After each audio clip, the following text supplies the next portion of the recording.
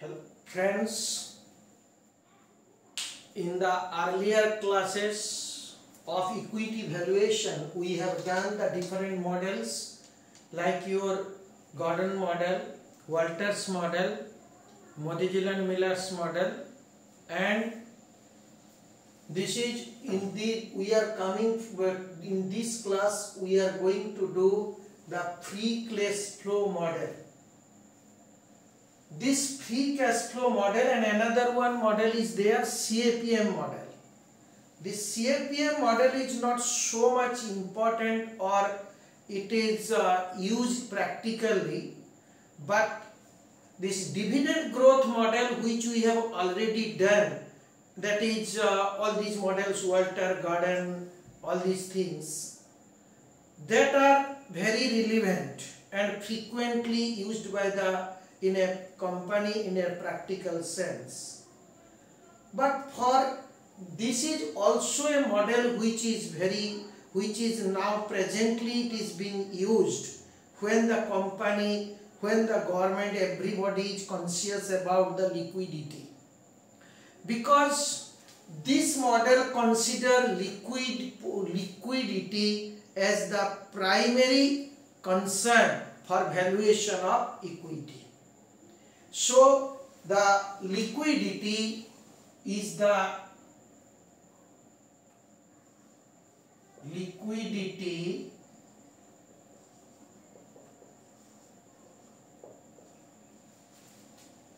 is a yardstick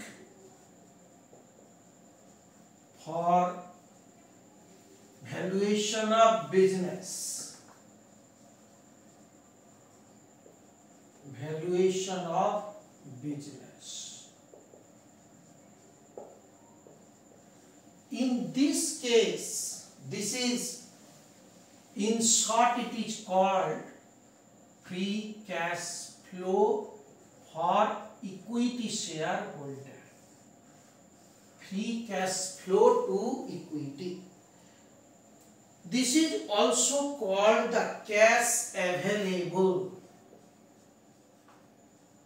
Cash available to equity shareholder. Equity shareholder for payment of dividend,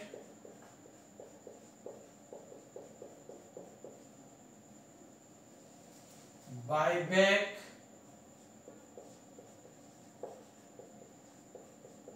of shares,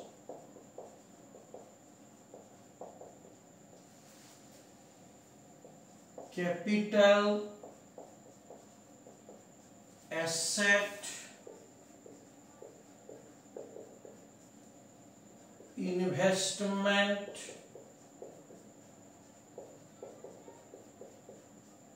and loan or debt payment.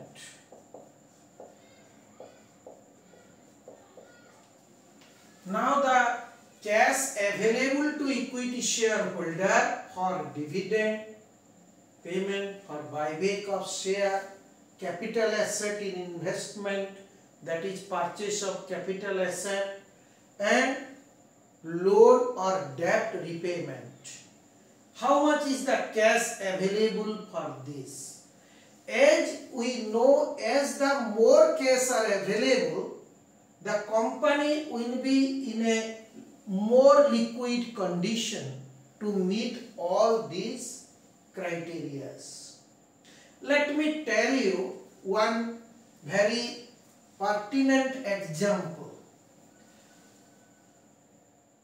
Let us consider Fcfe is equal to 1000 lakhs, and our dividend payment, dividend is a commitment. Some company they want to maintain a constant rate of growth rate of dividend. Sometimes the company always try to impress the shareholder by paying the dividend. So dividend requirement for a particular year, it comes to say 11,800 lakhs. So it is a comfortable position for the equity shareholder, for the company to pay dividend maybe to the equity shareholder, right? So this is a comfortable position to pay the equity dividend to the shareholder.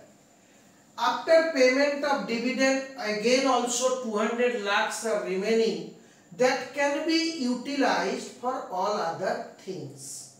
Suppose in a company where the share market is going very down and the company knows it that the intrinsic value of share is say 120 and the market price is say 60. These are example. The intrinsic value is quite high. That is net worth value of the company's share is quite high. But the market price is only 60 or like that. That means there is a chance the company will always try to buy back the share with the funds available here, so that they can buy the share and sometimes they will sell the share and make a huge profit. In fact, a lot of companies are doing this when the market really crashed, right? The next condition is, if the cash is available, the company may repay the debt and the company may invest in the assets for asset creation.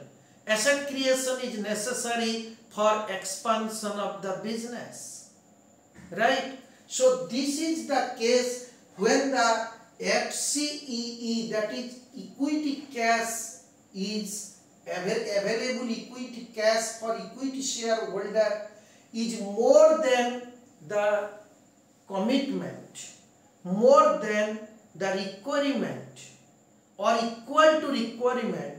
The cash position, the liquidity position of the company is very healthy. Then sometimes this also happens, the reverse situation comes. Fcfe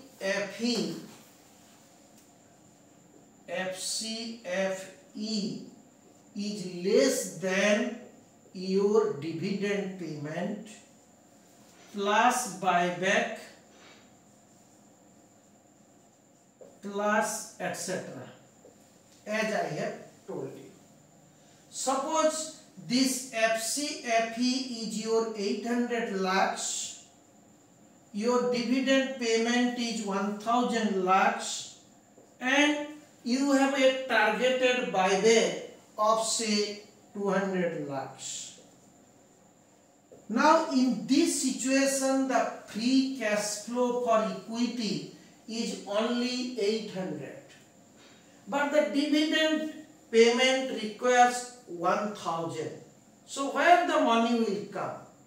The money will come from the sale of or issue of share, issue of debenture, taking loan, even by selling the assets. And I should say, there is a shortage of 200 lakhs for dividend. And if this funds is managed by issue of share, suppose इस share issue करके 200 lakhs we arrange and pay the dividend. That means the dividend is paid from the capital receipt. Dividend is paid from the capital receipt, which is not a healthy financial decision. A prudent and healthy financial decision requires that this cash available to equity shareholder must be a free cash, not the cash is coming out from capital receipts. The cash should come out from trading receipt. So friends, if the company pay more dividend than what is exactly the free cash flow, then it may have to utilize the capital receipt to pay the dividend. Sometimes the company does so. Some companies, even they don't have the cash, free cash, they make a decision to buy back the share. Generally they don't buy back because there is no cash. But some situation demands that the directors, the decision makers of the company decided that they should go for buyback the shares, even by taking the loan, even by arranging the funds in other ways. When the shares are very cheaply available, when the market price of the share is quite less in comparison to your intrinsic value or the value of the share, and there is a likely chance, there is definite chance the share will buy back, the share will bounce back after some time. The market will, as the market will increase, the share price will also increase. In such very rare situation, the directors decided to put their buyback by arranging funds from different other sources like issue of share or your loan. Generally loan is the option, or by debenture or bank loan, etc. But this is not a healthy situation. The prudent financial decision demands that the free cash flow is very important for the business to sustain. This particular free cash flow is capitalized. This free cash flow is capitalized like a dividend with its related cost of capital and growth, so that we can find out the value of the business. And this is a method which states that the liquidity is the important parameter for valuation of business. Definitely, we all appreciate it. When the funds are shortage, there is a competitive atmosphere. In such case, maintaining liquidity is most important.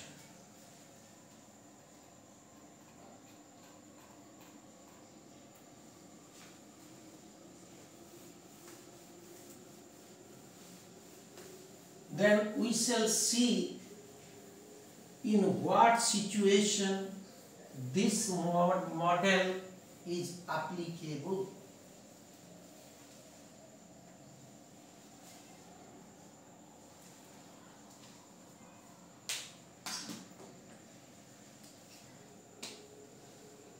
This model Fcfe is applicable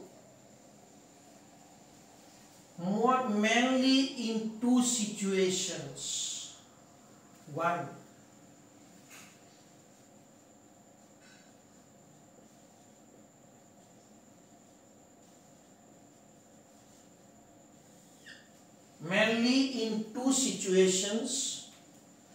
where the company does not pay dividend or the company retain all the profit, it is not in a habit of paying dividend. So dividend growth model, applicability of dividend growth model or dividend discount, whatever may be, the dividend model is not applicable. Dividend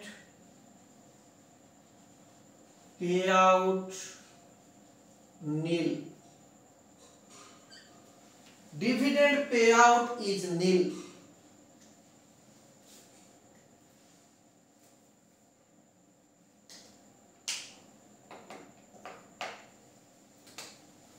So dividend payout is nil.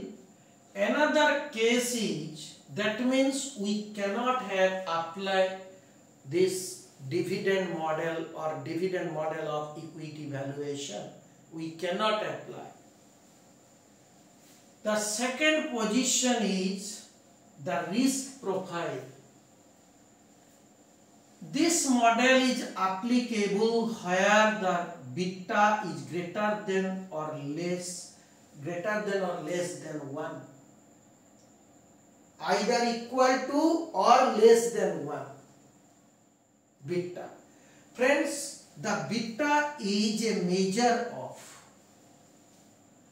variability of stock, variation of stock price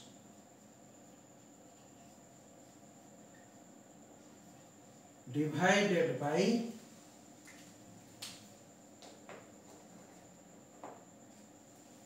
variation of market index. Market index. Market index, so far as market index is concerned, it may be Sensex, it may be Nifty, it may be Nasdaq, anything else. There are a lot of markets are there. So if the variation of the stock, suppose the stock varies, say 10% average stock variation, changes in price is 10%, that is your standard deviation, and variation of market index is say 15, then it always comes to less than 1. This is a case where the market price, the stock price varies little bit less in comparison to the total market. So this situation happens when the stock is not so much, variability is less. Since the variability is less, we can say the risk factor is little bit less. So where beta is less than 1, the risk factor of the business, the risk factor of the share and its variability is less. Since the stock is less variable to the market changes faster, stock changes slower, in that case we can say the stock is more dependable for the investor. Right? So this method is ideally applicable where the company has a standard risk. Sometimes the stock varies. Suppose the stock varies 20, variation of stock is 20%. And the market is 10%, that means it is 2 greater than 1. Beta is greater than 1. This type of stock has a huge risk. अगर market price increase होता है, तो they move in a double of the market. if the market will go down, they may also come down in that proportion or more than the market reduction. So this type of stock is highly not dependable or highly riskful. So in such type of stock, we must make sure that we are not going to apply that free cash flow model for valuation of equity, right? So this method is applicable where dividend method is not applicable.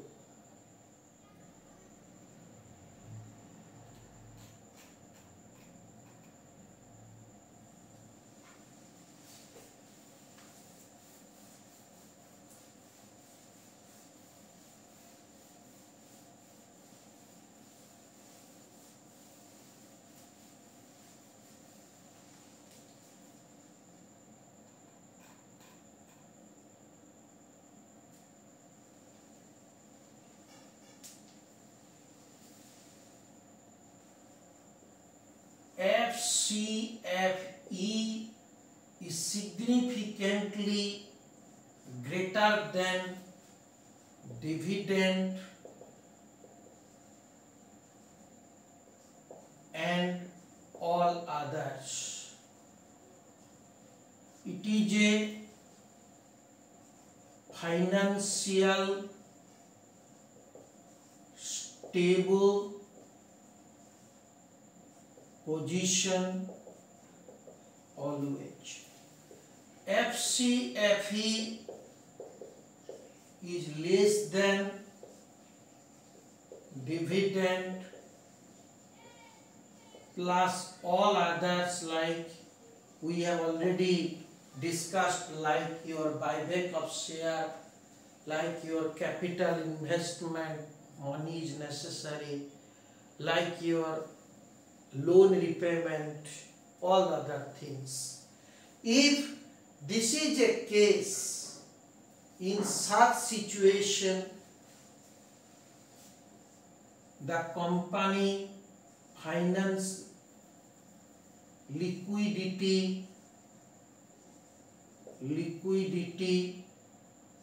for dividend and others are not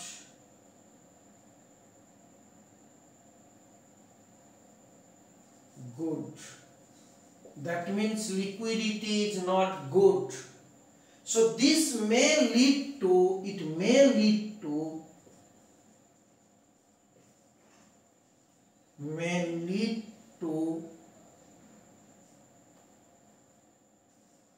liquidity mismanagement.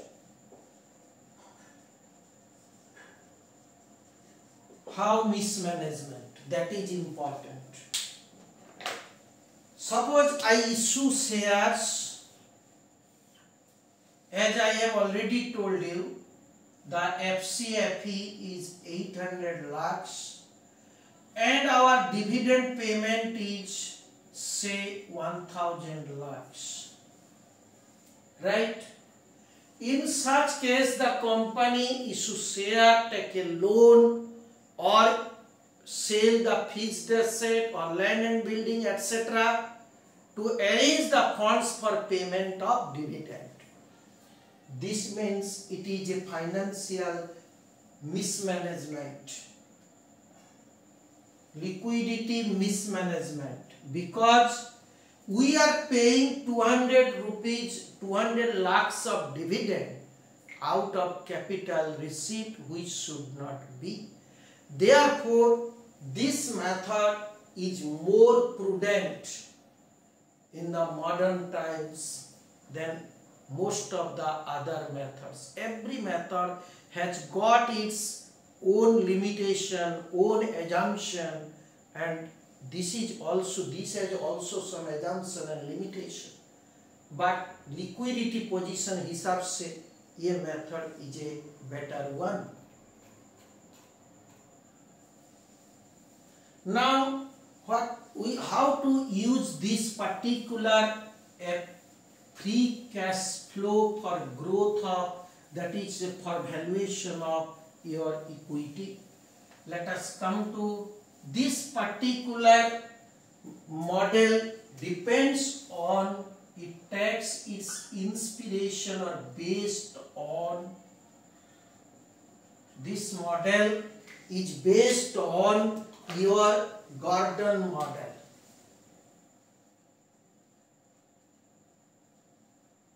Gordon model. Let me compare this particular model with the Gordon one.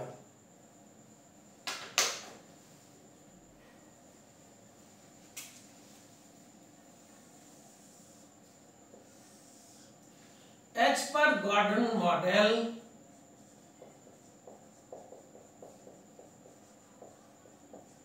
we know that the value of share is equal to D1 KE minus G.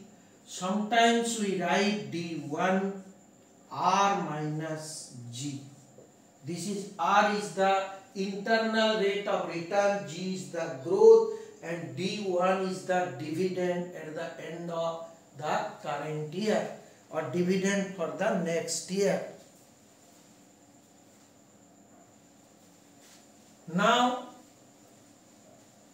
we also know D1 is equal to D0 into 1 plus G R minus G, where there is a growth of dividend. Where there is a growth. If there is no growth, this is applicable to the growth. Suppose in a Gordon model no growth, then this formula Vc will be reduced to D divided by R minus G. So in that case, dividend is constantly maintained. No growth of dividend. This is Gordon's model. Here we can also find out V. This is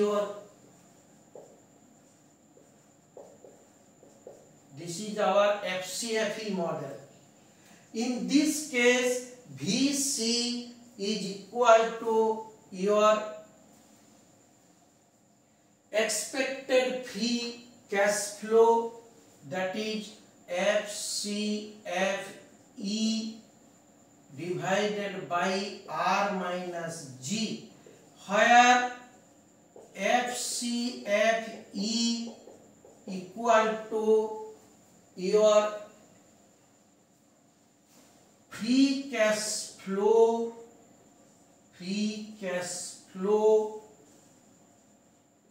for next year. Friends, this is a free cash flow for next year. Please see this. And this is a dividend for next year. Right? So compare this. Same.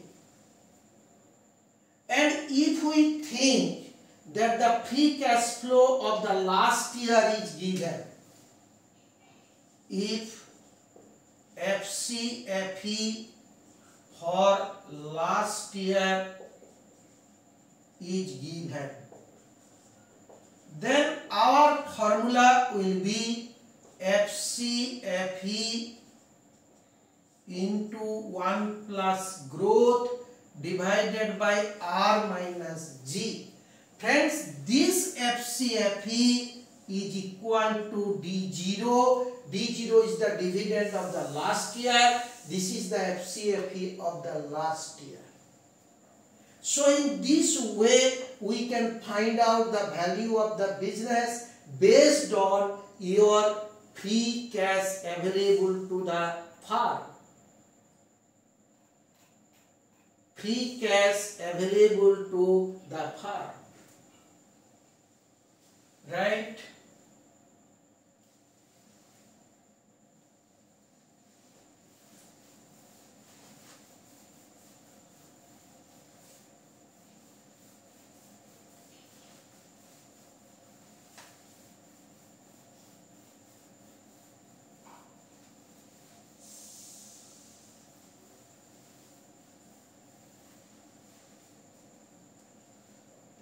Then this Fcfe, free cash flow for equity shareholder. This is our net income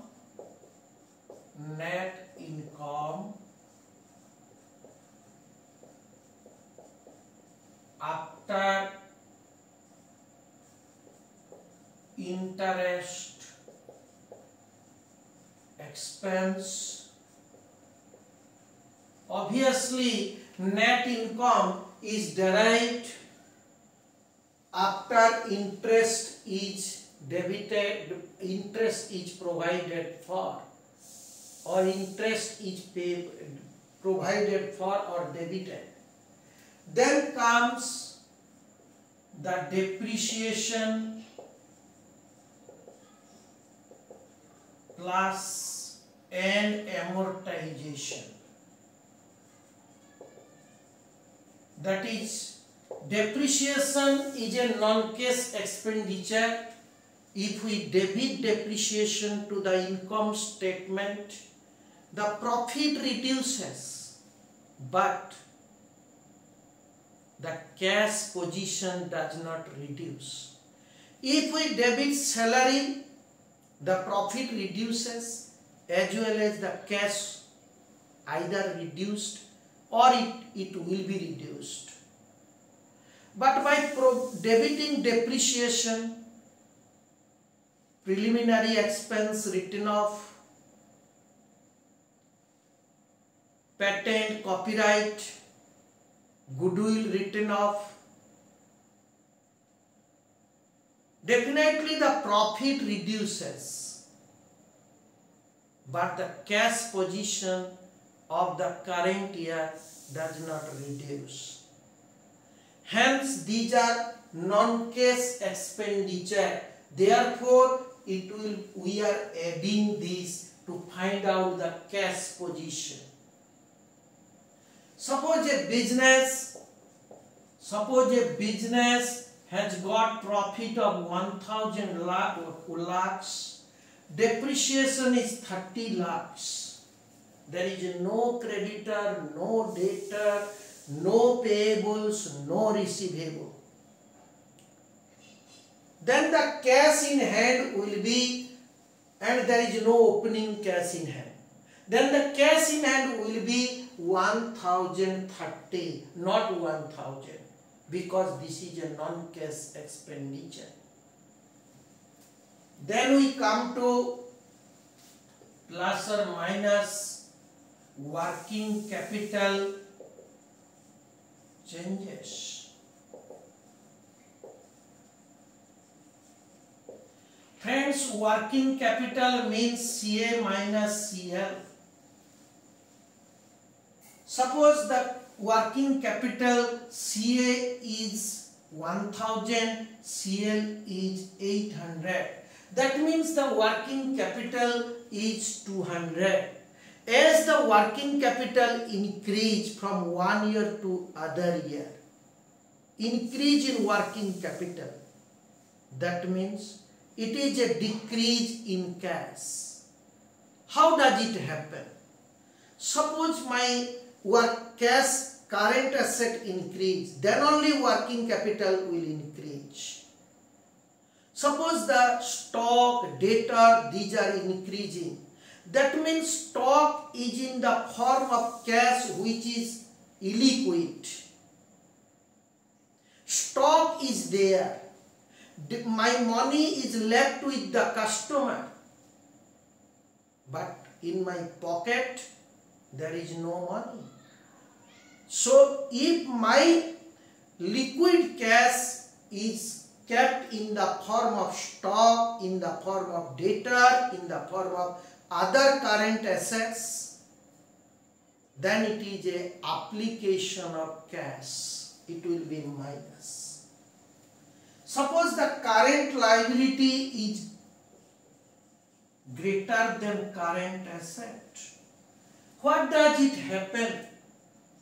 My current asset से हमको मिलेगा 800 lakhs, but I have not paid the current liability of 1000 lakhs. I have restricted payment to my supplier, to my creditor. That means the money has not gone out from the pocket. It is inside it. So in this case, if the working capital decrease over the last year, it is an inflow of cash. So working capital increase, it is a application of funds, cash. Working capital decrease, it is a source of cash. This working capital changes we can see from the balance sheet. We can know it also from the cash flow statement prepared by the companies, either in indirect method. Because in direct method we don't consider working capital for calculating the cash from operating activities.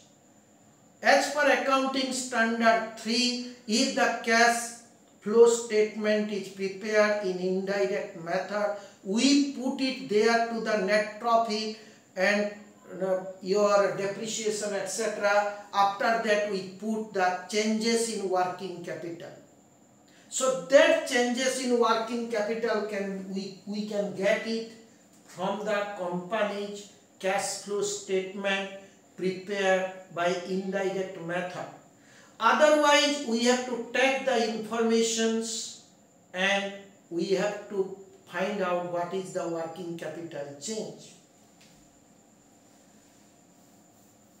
Then, friends, it is coming out the capex plus or minus capex.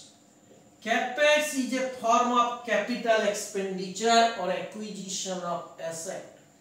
The company always sells the old asset, purchase the new asset, sells the asset which are no longer required, purchase the asset which is required for the current production or etc. In this case, there is always a cash outflow on purchase. And there is also a cash inflow in case of sale. If the net result is outflow is more, inflow is less, then it is minus. If outflow is less, inflow is more, then it is plus. Right? So where we can get the information of capex? This we can get the information from your cash flow statement prepared by the company, prepared by the CFO. We can get in case of direct method or also indirect method of preparing cash flow. In both the cases, we find out cash flow from investing activities. That cash flow from investing activities has two sides. Either it is negative or positive. Sometimes we call it cash used in investing activity. That means it is a outflow, net position outflow. Sometimes we call cash flow from investing activity. It is a source or inflow. So friends, we can do all such things and find out the cash flow. Then come the net borrowings. This is plus or minus net borrowings.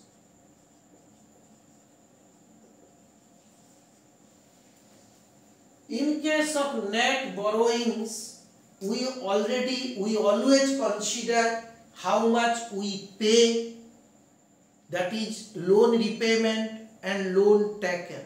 Suppose we take the net position is considered over here.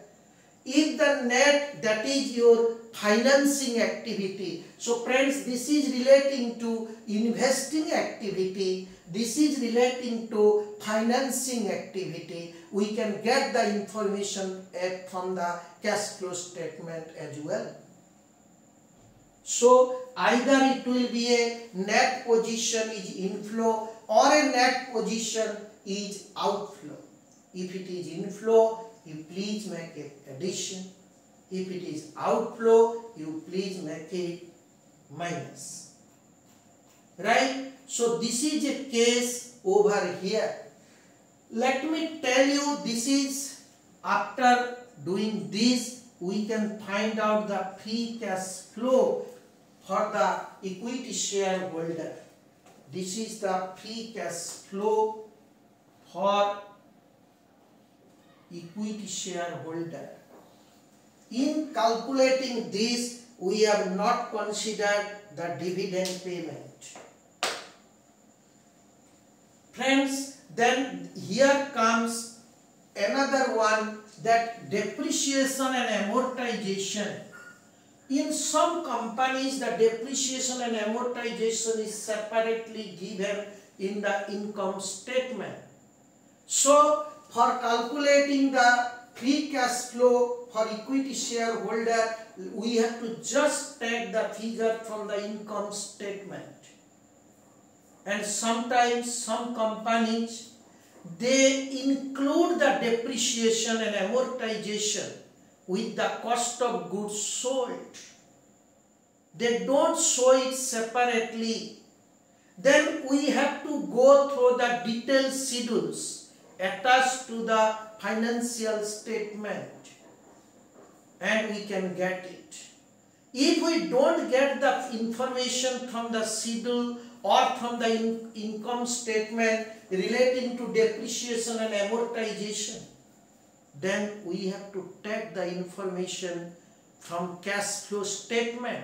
If cash flow statement is also not prepared, then we can get this information from the company CFO. So all these informations are available with the company and we can find out.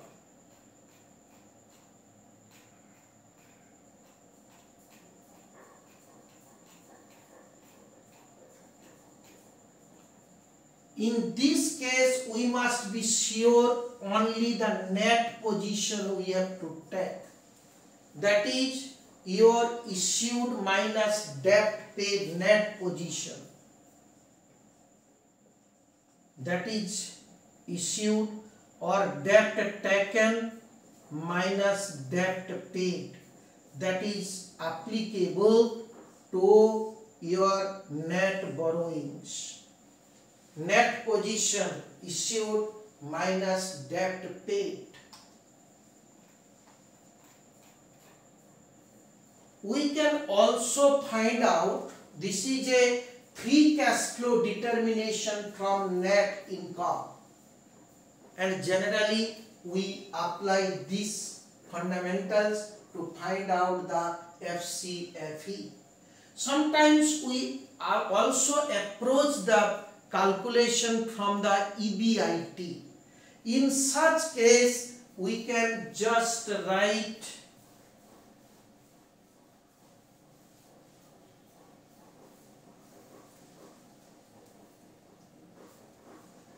EBIT, that is earnings before interest and tax. Earnings before interest and tax. Since it is a before interest, so we have to deduct interest here. We have to deduct the interest here. So let us make the deduction for interest. And taxes also is payable to the government, therefore tax will be minus.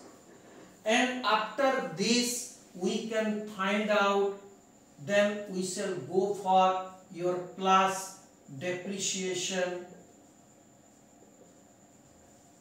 and amortization, right? This is again coming, and working capital, all other things remain same. So this is a statement showing the calculation of free cash flow from the EBIT.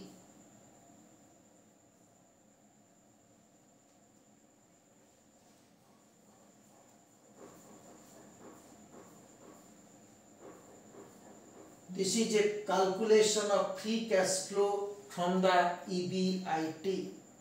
Then friends, for all such things which we have already explained, which I have already explained, let us come to an example where we can, the balance sheet has been given and the income statement has been given, and we are required to calculate the free cash flow.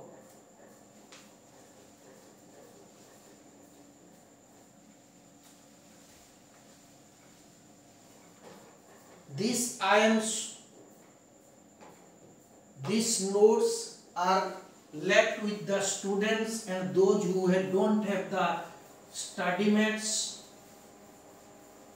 I am showing the question here, and we shall solve this example so that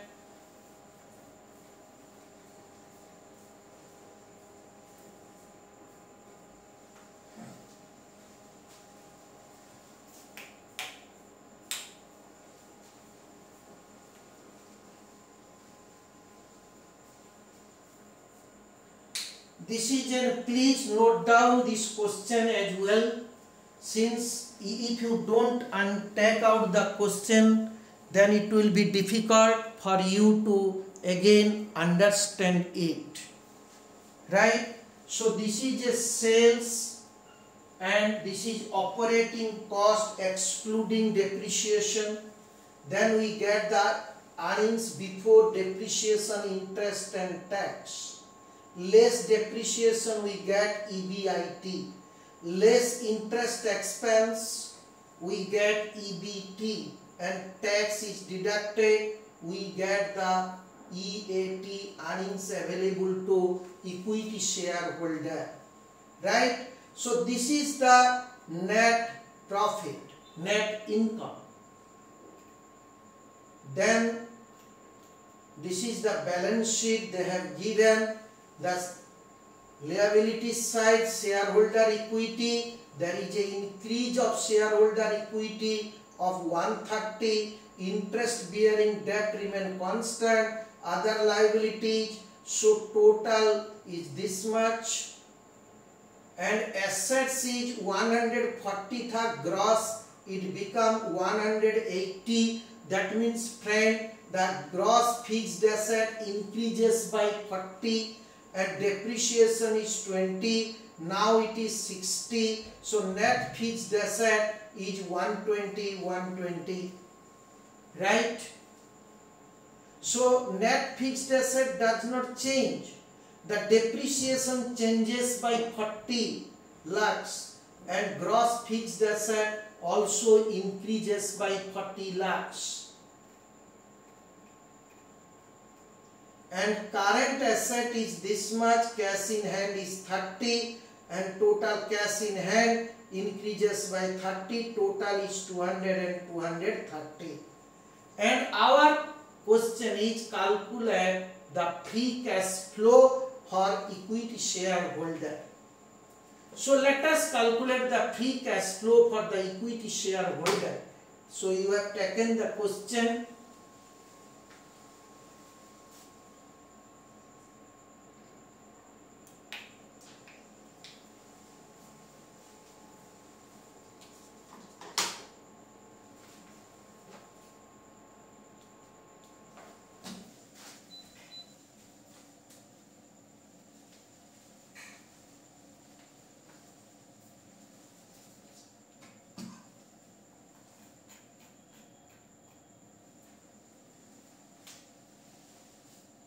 So calculation of calculation of free cash flows.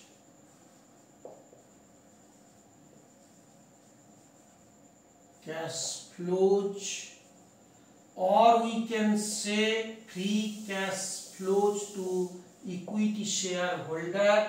This is the things, and we have taken this is particulars. This is year 1 and year 2. All the figures are assumed because for comparing 1 year, the next year the balance sheet is given. So year 1 the figures are given, we can compare them both. But in case of year 2, all the figures we shall take are assumed, and I will explain you by just changing one figure with other from management point of view. So let us come to the net income. The net income is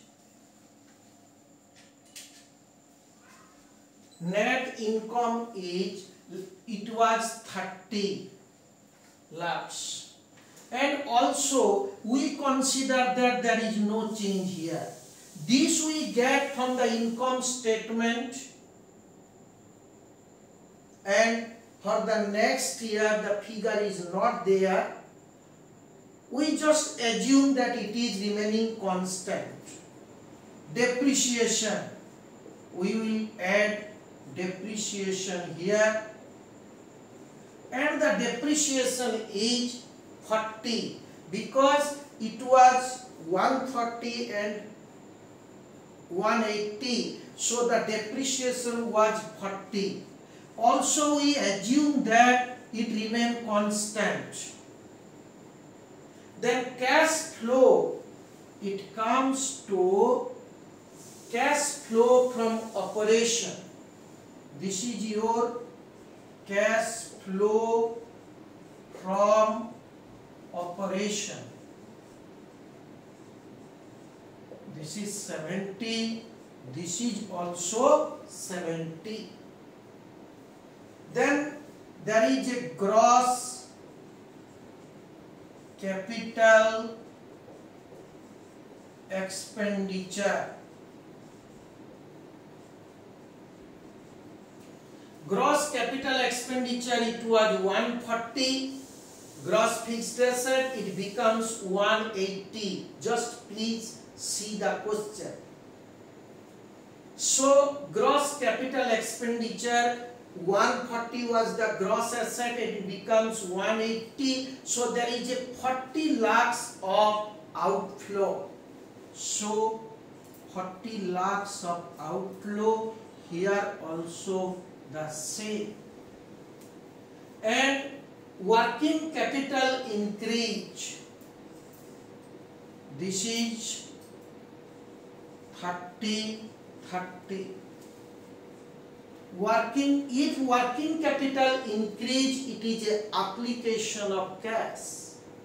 So the year they have given, there is no changes in working capital. So working capital increase.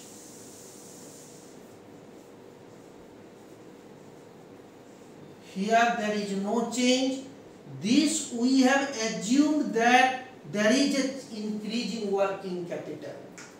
So friend, as there is an increase in working capital as per assumption, we find that your free cash flow is 30 here, it is 20. Just let me explain you. If you see the question, the current asset was, please see the question, the current asset was your 80 lakhs. So if we think that it will be 90 lakhs, current asset will increase by 10 lakhs. That means there will be an outflow of cash to the extent of 10 lakhs. And the free cash in the hands of equity shareholder will decrease. Right? So this is the position over here. So free cash flow for this, comparing this balance sheet, we have a free cash flow of 30 lakhs, whatever may be, and if we find, suppose if we find that the working capital will increase, current asset become 80 to 90, then there is a definitely outflow of cash. And in preparing this, we have assumed that the company has not paid the dividend. Right? So this was just an example for calculating your free cash flow. So in the next class we shall again continue this particular model. Please keep updated with your position. Thanking you.